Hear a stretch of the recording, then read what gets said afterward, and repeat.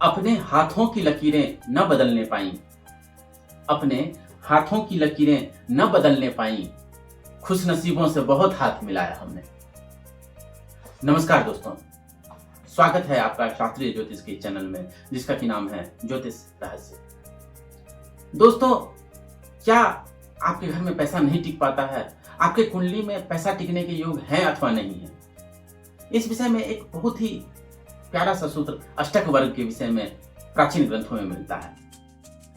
दोस्तों, धन टिकने के लिए कई सारी बातों का देखना आवश्यक है, क्योंकि ज्योतिष का कोई भी सूत्र आखिरी नहीं होता। तो इस विषय में कई सारी बातें हैं, लेकिन सारी बातें एक ही वीडियो में हम लोग अगर डिस्कस करने लगेंगे तो ये विषय बहुत ही लंबा हो जाएगा और आप ज्योतिष का हमेशा के लिए परित्याग कर देंगे। इसलिए अष्टक वर्ग का एक बहुत प्यारा सा छोटा सा सूत्र मैं लेकर के आया हूं, जिसके आधार पर आप स्वयं देख पाएंगे कि आपकी कुंडली में धन टिकने के आसार हैं या नहीं। तो चलिए चलते हैं अपनी प्रयोगशाला में। दोस्तों, इस सूत्र को समझने के लिए हमें कुंडली के इन 4 भावों को जानना आवश्यक है।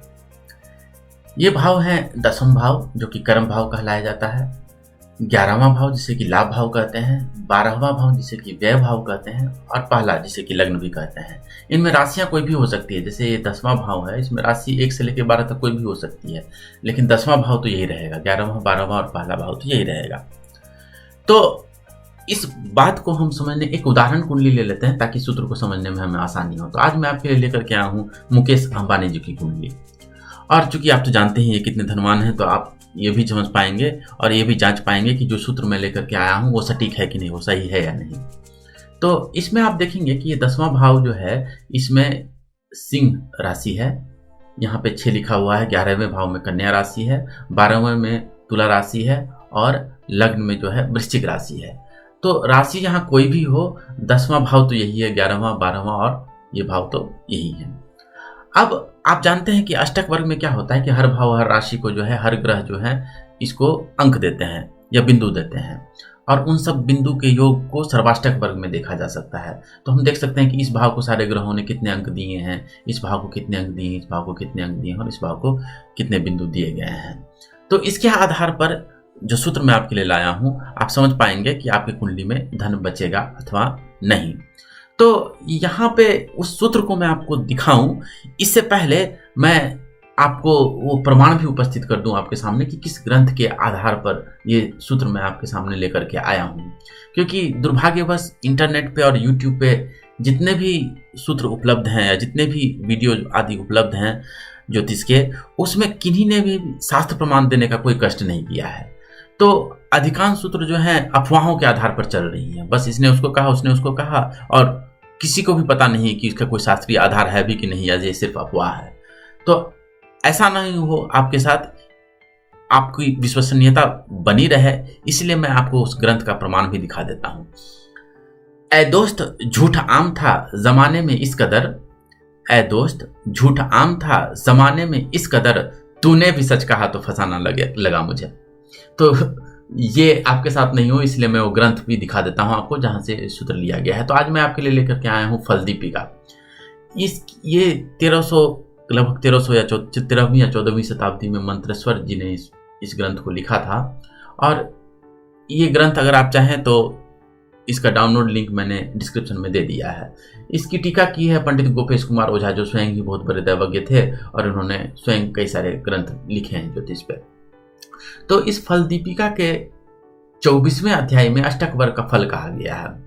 तो इसमें कहा गया है, ये देखिए ये दो श्लोक बहुत ही मायने रखते हैं यहाँ पे। पहला ये कि जिस राशि में 30 से अधिक बिंदु हो वो उत्तम है।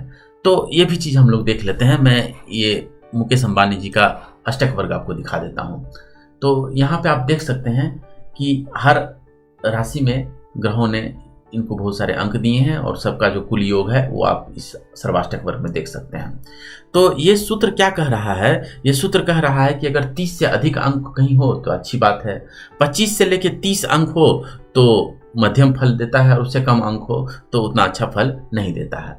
अच्छा, ये अगला सूत्र जो है ये तो और भी बहुत महत्वपूर्ण है। इसी सूत्र की मैं बात कह रहा था। ये कह रहा है कि 10वें घर से अधिक 11वें घर में बिंदु हो, 11वें से कम 12वें घर में हो और 12वें से अधिक लग्न में हो तो वो जातक भोगवान होता है और अर्थवान यानी द्रव्य वाला होता है, उसके यहाँ पैसा टिकता है। तो हम लोग यहाँ देख लेते हैं कि मुकेश अंबानी जी के कुंडली में क्या हो रहा है।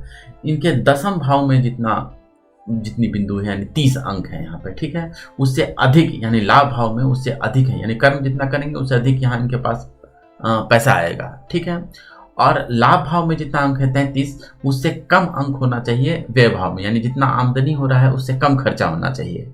और अंत में जो है इस व्यय भाव से अधिक जो है लग्न में अंक होने चाहिए, क्योंकि अंततः पैसा तो व्यक्ति को ही मिलना है। अगर व्यक्ति ही स्वस्थ नहीं रहा और व्यक्ति ही जिंदा नहीं रहा तो कहाँ से उसको पैसा जाएगा किसके पास। तो व्यय से अधिक अंक यहाँ पे 25 में है, 20 से अधिक अंक 25 में है। तो कर्म से अधिक अंक यहाँ पे लाभ में है, लाभ से कम अंक व्यय में है, यानी लाभ अधिक है व्यय कम है, खर्चा कम है, और लग्न में जो है व्यय से अधिक अंक है। तो ऐसे व्यक्ति क्या होते हैं, शास्त्र क्या कहता है, क्या कहते हैं मंत्रेश्वर जी, कि ऐसा व्यक्ति जो है धनवान होता है, भोगवान होता है और सब सुखों को प्राप्त करता है, सांसारिक सुख के साधनों से सहित होता है।